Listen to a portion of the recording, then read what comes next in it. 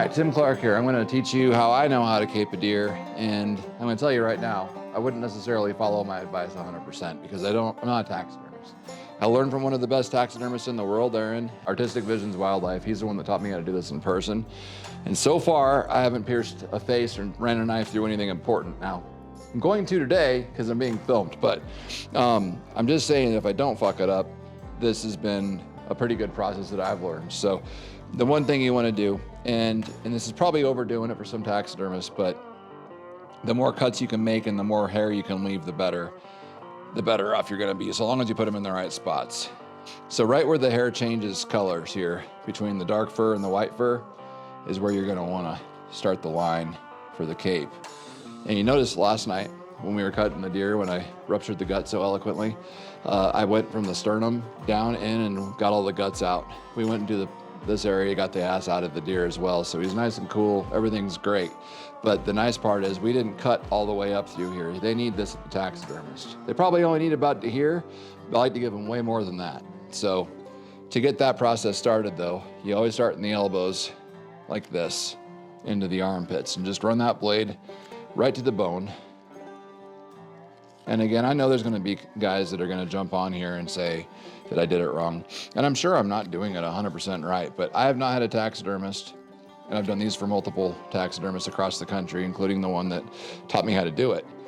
And none of them have come back and said, hey man, this sucks. So it tends to be good enough for them. And then if that works for you, then this might just help you, this video. So you bring it back up into this part right here. Probably time to change the blade, but I'm gonna ride this one out for a little while. You see how I've cut into the armpit and then back into the center of the body. And right about here, we're gonna run the blade straight up until we're about even with the sternum, which is right about where I'm at right now, you see?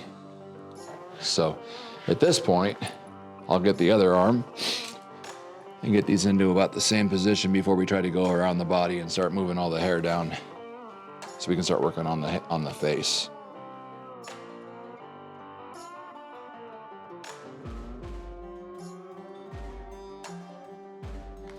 So here we are back up in the armpit, back on the body around the rib cage. So we're gonna cut straight up.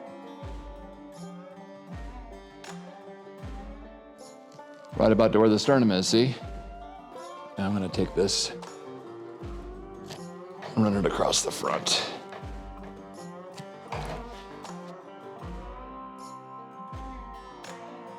So at this point we can start skinning this side down, see?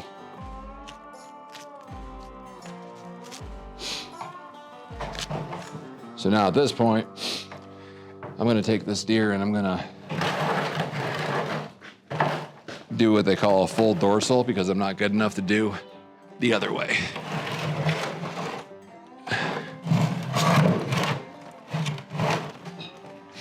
Starting right about between the ears here. Get into the meat there and just pull up. And if you fall out, if your blade comes out, try to get back in the exact same slot where you were so you don't completely butcher this thing.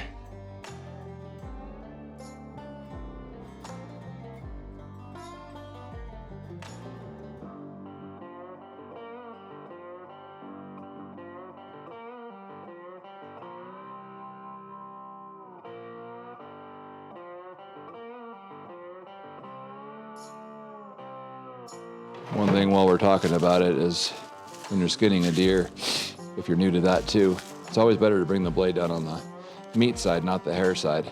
Taxidermists and tanners can always get this meat off of the hide for you, you know? But if you cut into this side and you pop a hole in the hide, that's gonna ruin your trophy or make it harder to preserve anyway. I'm sure there's ways they can fix it. Obviously, there's a hole where the deer got shot, so.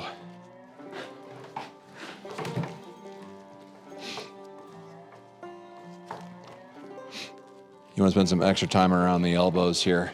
The armpits are the worst, I think, besides the eyes. But super thin hair compared to the rest of it, and it's also right where you're gonna have your trophy touching or looking directly at you at the walls. If you have a If you do a bunch of patchwork in the chest, you're gonna be looking at it for the rest of your life, wishing you'd gone slower.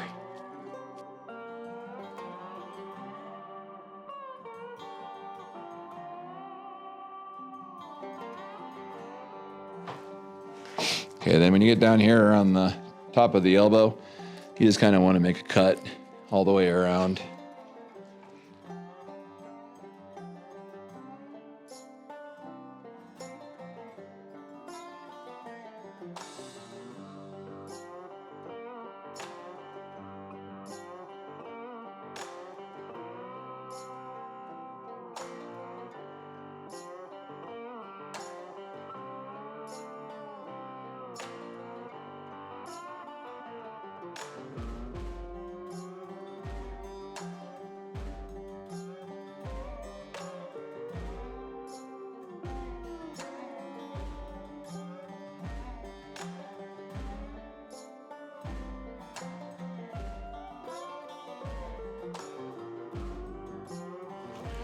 I guess the biggest tip I could give, at least at this point of doing this deer, is when the things start to hang like this, wait until you get into these harder to reach areas like the armpits before you have a whole bunch of hair hanging down over it so you can see what the heck you're doing.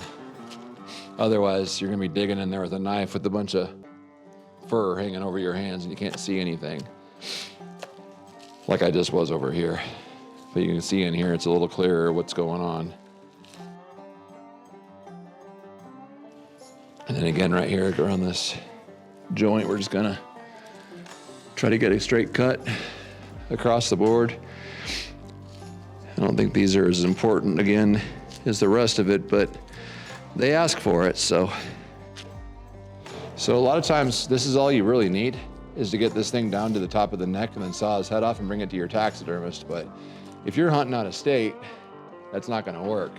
A lot of states don't, especially the states back east, won't let a deer come back home over state lines if it isn't caped and skull capped because of the CWD risk, even though that's debatable, that's the rules. So you gotta know your import laws in your state.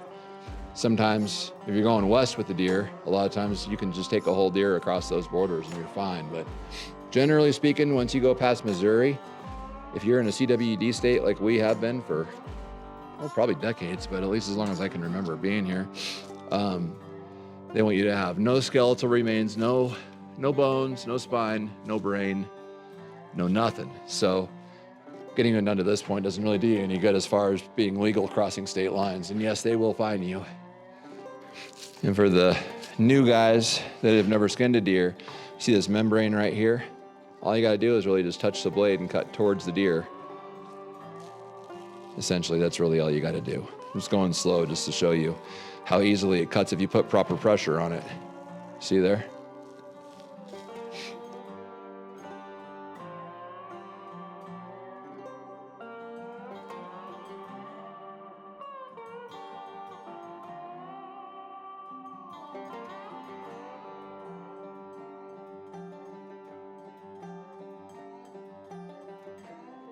But see how thin this fur is right here and underneath?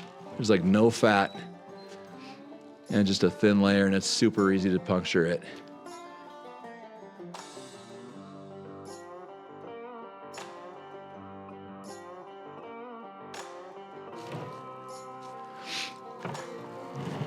We'll get this thing down as low as we can.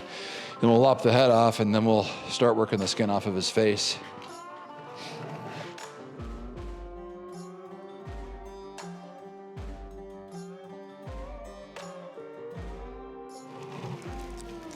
And we're about to the end here.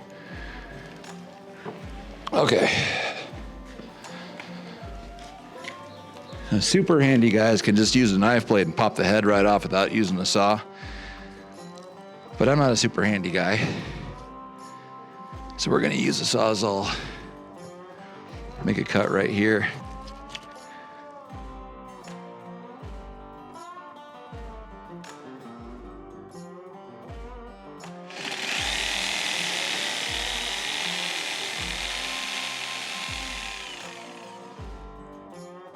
Okay.